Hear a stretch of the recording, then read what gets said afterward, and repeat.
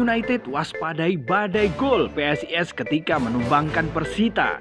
Neil Maizar siapkan taktik untuk kalahkan Mahesa Jenar di Piala Presiden 2022. Seperti diketahui, Mahesa Jenar tampil ngedan di laga perdananya di Piala Presiden 2022, mampu membantai pendekar Cisadane Persita Tangerang dengan skor telak 6-1 di Stadion Manahan Solo, Senin 13 Juni 2022 pukul 16 waktu Indonesia Barat. Tak tanggung-tanggung, 6 gol dari PSIS dicetak oleh 5 pemain yang berbeda, yakni Octavianus Fernando, Carlos Fortes, Taisei Marukawa, Hari Nur Yulianto, dan Rahmat Hidayat. Menariknya pada laga itu, tridente lini depan anyar PSIS Semarang itu langsung menunjukkan potensi yang luar biasa. Mereka langsung berkontribusi di laga melawan Persita itu. Fortes berkontribusi dari 6 gol PSIS pada laga itu. Fortes mencetak 2 gol, 1 assist, dan gangguan yang membuat kiper Persita, Dede Sulaiman, melakukan blunder. Sementara itu, Octavianus Fernando dan Taisei Marukawa sama-sama mencetak gol. Keduanya mencetak gol di babak pertama. Tridente beranggotakan Carlos Fortes, Taisei Marukawa, dan Octavianus Fernando. Ini tentunya diharapkan bisa konsisten hingga dimulainya musim baru BRI Liga 1 2022-2023. Hal ini adalah bukti bahwa tridente PSIS sudah nyetel dan materi skuad PSIS pun dibilang merata di segala lini. Artinya, produksi gol dari PSIS pun tak hanya mengandalkan sang striker Carlos Fortes, tetapi dari sektor lain bisa mencetak gol. Dari segi pemain cadangan pun, kualitas pemain PSIS tidak berbeda jauh dari pemain inti. Masuknya Wawan Febrianto di babak kedua membuktikan materi pemain PSIS merata. Hasilnya pun, serangan PSIS makin menggila dan terjadilah tambahan gol dari Fortes dan Rahmat Hidayat karena andil seorang Wawan Febrianto. Pelatih PSIS Sergio Alexander pun masih punya lumayan banyak opsi. Paling tidak ada 3 pemain yang bisa dimainkan untuk mengisi slot tridente lini depan PSIS Semarang. Di kedua sisi sayap ada Wawan Febrianto dan Rahmat Hidayat. Jangan lupakan juga penyerang senior Hari Nur Yulianto. Meski tak secepat 3 atau 4 musim lalu, tenaga dan pemikiran Hari masih cukup dibutuhkan. Ada pula beberapa pemain lulusan Akademi Pemain PSIS yang bisa diandalkan, termasuk penyerang muda Jori Guruh, dan ada pula Andreas Ado. Pelatih PSIS Semarang Sergio Alexander pun memberikan komentar terkait hasil yang diperoleh oleh timnya. Namun, dalam hal ini Sergio Alexander memilih untuk tidak berpuas diri. Menurutnya, masih ada beberapa hal yang harus diperbaiki oleh PSIS Semarang. Apa yang dikatakan Sergio bukan tanpa alasan. Pasalnya, pelatih asal Brasil itu memang memiliki target tinggi di Piala Presiden 2022. Saya merasa bahwa ada yang harus diimprovisasi dan dievaluasi PSIS, meskipun menang dengan skor 6-1, kata Sergio Alexander. Seperti di sesi jumpa pers sebelumnya, saya mengatakan bahwa PSIS datang memang untuk sesuatu yang besar, ujarnya. Selain itu, Octavianus Fernando mengingatkan kepada rekan-rekannya untuk tidak cepat berpuas diri. Wajar, karena jadwal padat menanti PSIS Semarang. Usai lawan Persita Tangerang, PSIS melawan Dewa United. Dan 4 hari kemudian dinanti oleh Persis Solo. Perlu kita tahu sebagai pemain kita harus terus tingkatkan, kita harus terus evaluasi apa yang kurang di pertandingan tadi. Jadi jangan cepat puas, ucap Ovan. Kemenangan perdana atas Persita ini bagi PSIS sebagai modal utama untuk melawan Dewa United di pertandingan berikutnya pada Jumat 17 Juni 2022 pukul 16 waktu Indonesia Barat di Stadion Manahan Solo.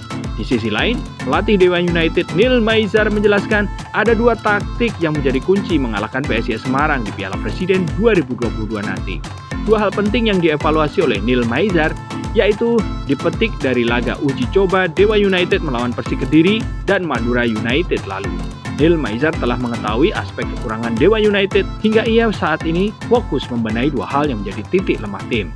Neil Maizar telah menganalisa permainan Dewa United saat berlatih dan menemukan kelemahan dari 2 aspek di atas yang masih menjadi kekurangan yang ada di skuad tim. Dari 2 laga persahabatan, Neil Maizar mengaku puas dengan permainan timnya.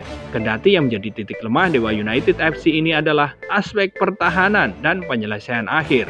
Klub asal Tangerang Selatan, Tangsel itu mendapatkan kabar gembira setelah dipastikan bisa memainkan 4 legion impor di ajang pramusim 2022 itu. Hristo Mitrevski menjadi sosok asing pertama yang diperkenalkan Dewa United FC. Pemain asal Makedonia Utara ini sebelumnya tampil di Liga Malaysia bersama Sabah FA. Setelah Hristo, ada sosok gelandang bertahan asal Brasil yang sudah bergabung latihan. Pemain ini akan segera diumumkan Dewa United dalam waktu dekat.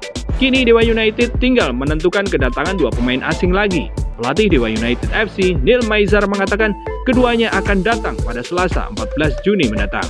Kami akan lihat kondisinya, kalau dia bisa dari pertandingan pertama akan kami mainkan, atau kalau tidak akan main pada pertandingan kedua atau ketiganya, kata Neil Maizar usai latihan di Stadion Atletik Boyolali Senin 13 Juni. Namun, faktor kebugaran menjadi pertimbangan utama ketika Neil Maizar berencana menurunkan pemain asingnya. Ia tak ingin ambil resiko memaksakan tampil ketika kondisi fisik tak maksimal. Kalau kondisi memungkinkan dia main, kalau enggak, dia nggak akan main. Memang dari sisi teknikal, taktikal lebih dari kami, tapi secara fisik kami belum tahu. Mungkin baru datang, jet lag, baru seminggu, jadi harus diperkirakan, tutur Neil Maizar. Persiapan melawan PSIS Semarang, skuad Tangsel Warriors sudah berlatih di Boyolali pada Senin 13 Juni pagi. Mereka sengaja datang lebih awal agar persiapan maksimal. Persiapan kami sudah di pematangan kondisi fisik, taktik, strategi, dan individu. Saya harap peak performa muncul saat melawan PSIS. Secara teamwork belum 100%, tapi sudah mendekati apa yang kita inginkan, papar Neil Maizar. Piala Presiden 2022 akan menjadi kesempatan Neil Maizar memantau chemistry timnya. Setelah promosi ke Liga 1, Dewa United FC banyak mendatangkan pemain baru guna untuk persiapan di kompetisi Liga 1 Indonesia 2022. Nah guys, tentunya pertandingan fase kedua Piala Presiden antara PSIS kontra Dewa United akan berjalan seru guys. Memang di atas kertas materi PSIS lebih unggul dibanding Dewa United. Ditambah nama besar PSIS bisa jadi momok tersendiri bagi Dewa United. Namun ini adalah sepak bola guys, semuanya bisa terjadi. Walaupun Dewa United belum berpengalaman di sepak bola kasta tertinggi Indonesia, bisa jadi Dewa United menjadi kejutan, bahkan menjadi tim underdog yang justru bisa menjadi bumerang bagi PSIS Semarang. Ingat, kemajuan sebuah tim sepak bola memerlukan proses dan perjuangan, bukan sekedar mencari yang instan guys. Berjuanglah dan berproseslah demi kemajuan sebuah tim. Ikuti terus informasi seputar PSIS Semarang hanya di channel Apridani. Masih banyak berita-berita yang lain guys, seputar PSIS tentunya, yang masih akan kita bahas. Dan jangan lupa subscribe dan like, tekan tombol lonceng supaya tidak ketinggalan beritanya. Dan juga mohon komennya guys, karena kami butuh saran kritik dari teman-teman pencinta bola semuanya. Salam olahraga, bravo PSIS, yo, iso yo, PSIS juara!